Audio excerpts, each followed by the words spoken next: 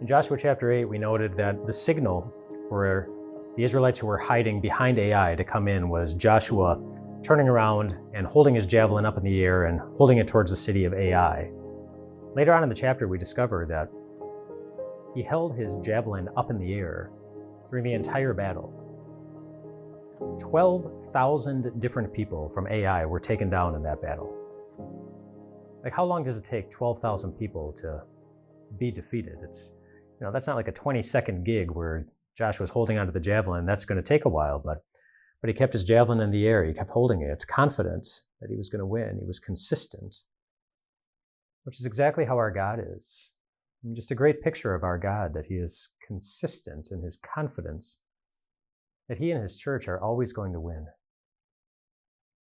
And I know it doesn't always look like that in your life, but that doesn't make your life unusual.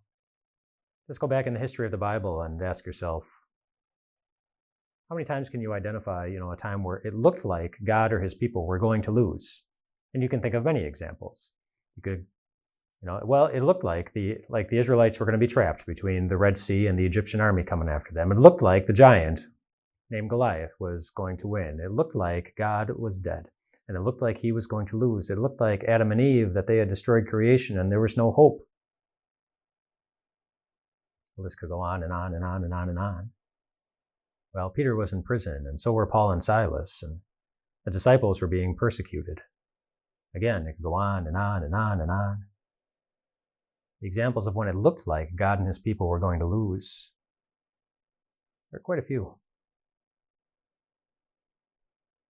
But times in your life when you look at your life and you think there's no hope, then ask yourself a slightly different question.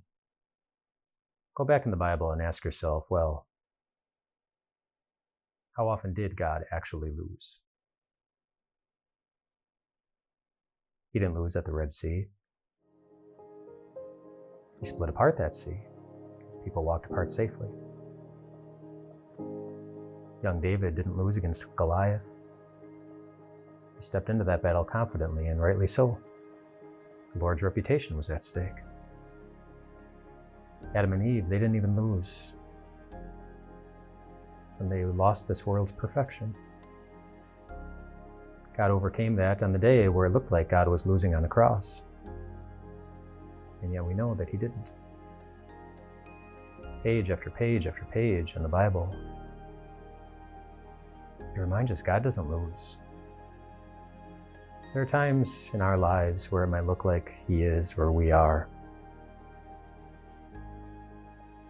That's what it looks like to our eyes. It's never what it looks like when we live by faith. We live by faith in a God that we know has never lost anything. And he never will when it comes to the lives of his redeemed children. That's you. Rest well tonight, my friends.